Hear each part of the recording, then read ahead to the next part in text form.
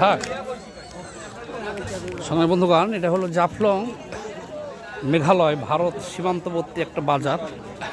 কারণ আছে, কারণ হলো এই বাজারটা একটু ঘুরে দেখাই আপনাদেরকে। দেখেন, বিস্তারিত পরে বলবো।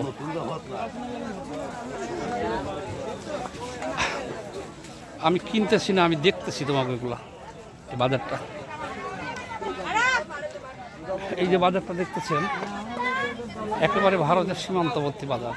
এই বাজারটা দেখানোর একটা কারণও আছে, কারণটা আমি বলবো।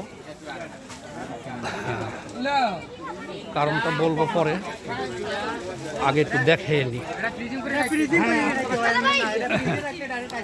এই যে দুই পাশে যে দোকানগুলো দেখতেছেন, এটা হলো জাফলং। এই দোকানগুলো হলো বাংলাদেশের ভিতরে, সীমান্তের ভিতরে।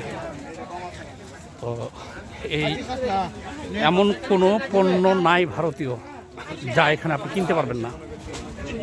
সব কাপড় চোপড় সহ আমি নিয়ে যাচ্ছি আস্তে আস্তে করে, আপনারা দেখেন।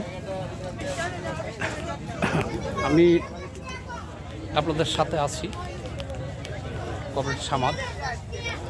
এটা জাফলং, ওই যে ঝর্নার পাশেই মেঘালয় ভারত সীমান্তে।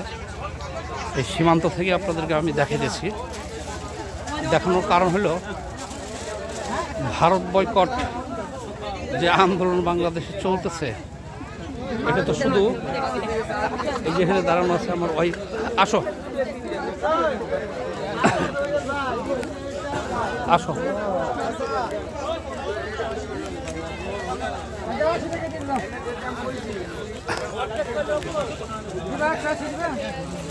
এখানে আমরা আস্তে আস্তে কিন্তু নেমে যাচ্ছি হলো।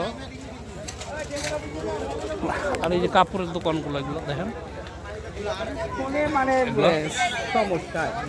এই সব হলো ভারতীয় পণ্য। আপনার কি লাগবে সব নিতে পারবেন এখানে।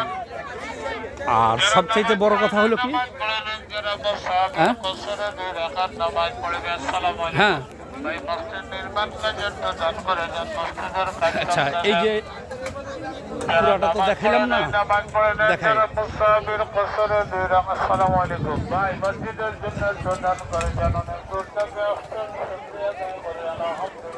এই এসে পড়ছি আমরা একেবারে নদীর মধ্যে, এটা।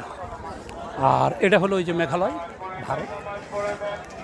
এখানে এসে একটা জিনিস দেখলাম, ভারত আর বাংলাদেশের লোকজন ওই ঢাকাইকে কি বললো এটা ধার ধারে না, এখানে সব মিলেমিশে একাকার। এখানে যে লোকগুলো দেখতেছেন, ভারতীয় আছে এখানে অনেক, বাংলাদেশিও আছে। আর এখানে যারা আছে এদের পাসপোর্ট ভিসা কিছুই লাগে না। হাজার হাজার লোক ভারতে যাচ্ছে, আসছে, ভারতের লোকজন এখানে আসছে, যাচ্ছে। আর এই নদীটা এখন একেবারে কি হয়ে গেছে, কি বলে, চর পড়ে গেছে। তো যাই হোক, আপাতত বিদায় নিচ্ছি আপনাদের কাছ থেকে।